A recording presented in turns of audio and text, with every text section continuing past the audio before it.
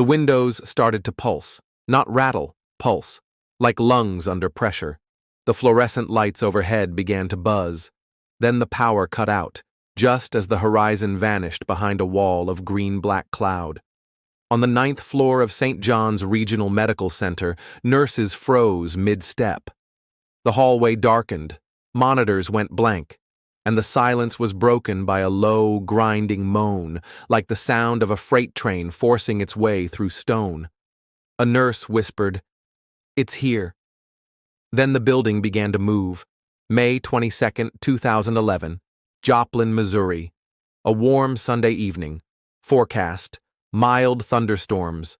St. John's stood in the heart of town, the tallest structure for blocks. Visitors were just beginning to head home. Nurses were swapping shifts. A technician wheeled a ventilator across the ICU. Outside, no sirens had sounded yet.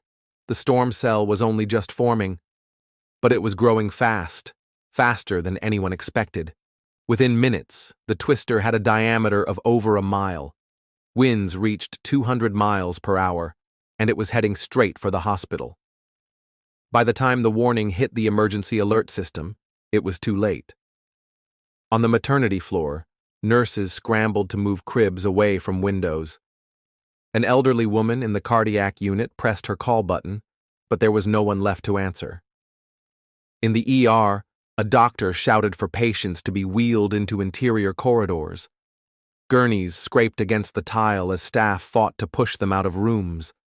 Someone slipped in the rush. A man on a ventilator was left behind. The power flickered. A generator kicked in, then died. The wind outside rose into a howl, and then, as if sucked from the earth itself, the windows imploded inward. Glass became shrapnel, ceiling tiles launched like discs, beds lifted off the floor. One nurse clung to a metal railing as her patient was pulled from the mattress and thrown into the darkness. On the 7th floor, walls peeled away from the structure. Electrical panels sparked. Alarms howled uselessly in the black. The building groaned. The floors shifted. And then, for a moment, everything lifted. A howling vacuum swallowed every room. And then came the crash. When the wind died, it was not quiet. It was screaming, moaning, crying, gas hissing from torn oxygen lines, water pouring from burst pipes. The hospital was a ruin. Patients had been thrown from their beds. 4 lines dangled from the ceiling. Stretchers were jammed into walls. A man's body was found 3 floors below where he'd been moments earlier. The 9th floor was gone. The rooftop helicopter had vanished. Outside, the city was in pieces. Cars were stacked against buildings, homes erased, street signs bent horizontal.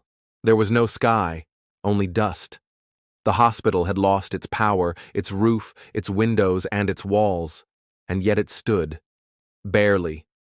In the hours that followed, the wounded kept coming, limbs missing, children separated from parents, entire families burned and buried under debris. The ER that had just been struck became a triage center for the entire town. One doctor wrapped a tourniquet using part of his own shirt. A nurse gave CPR in the parking lot for 40 minutes without stopping. Another passed out from exhaustion, woke up, and went back inside. They never stopped, even as the walls caved, even as their own patients died under the rubble, even as bodies were lined up under tarps in the hallway. In total, 161 people died. At least 6 were inside the hospital when it failed.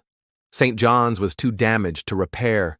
It was torn down the next year, but those who survived, those who fought to save strangers as the world collapsed around them, remember every second. Thank you for listening to Road to Ruins. Subscribe for more true stories where systems fail and people pay the price.